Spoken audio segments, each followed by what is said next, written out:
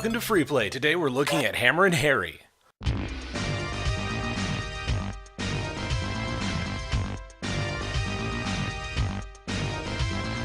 Hammerin' Harry started out life as a Japanese game called Daiku no Gensan, or Game the Carpenter, and was ported to the US in 1990.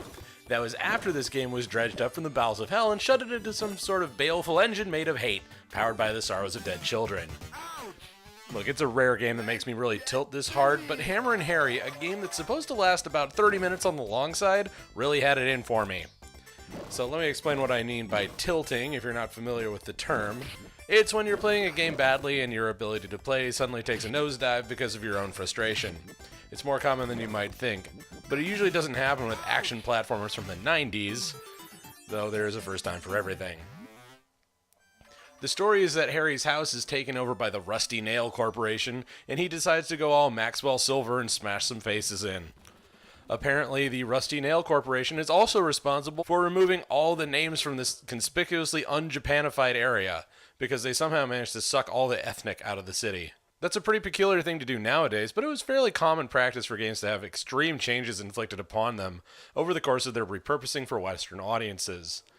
But while they may have taken the Japanese out of the text, they couldn't very well take the Japanese out of the character designs, much as their gross mutant version of Harry on the front cover may have wished they would. Hey guys. But the game is fairly simple across the board, has a cute art style, and you can even make Harry do a little funny dance by pressing up.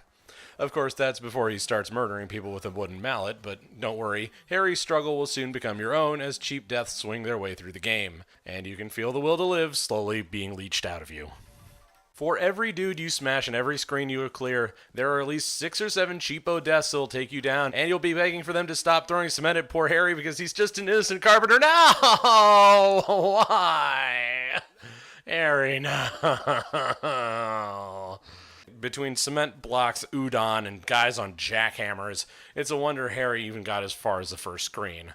Apparently people have in fact finished this game, but I know I'm not among those blessed few.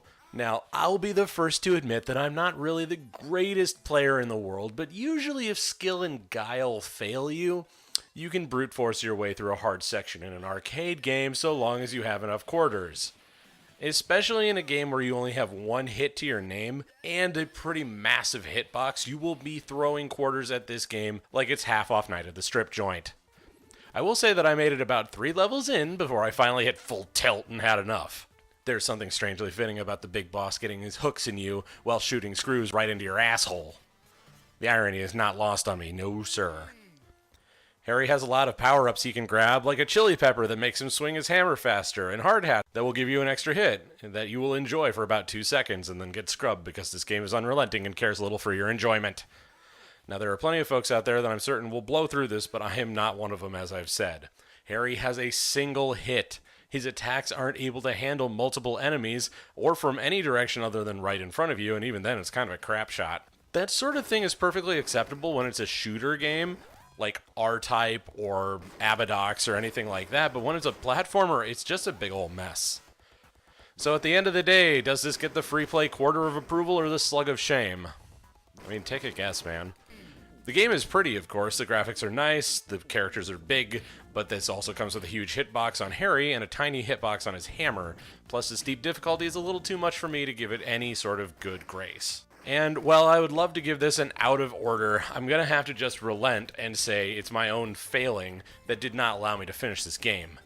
So, I will give it the slug of shame for being so mean to me, but otherwise, do as thou will. Join us next time when we look at eSWAT Cyber Police.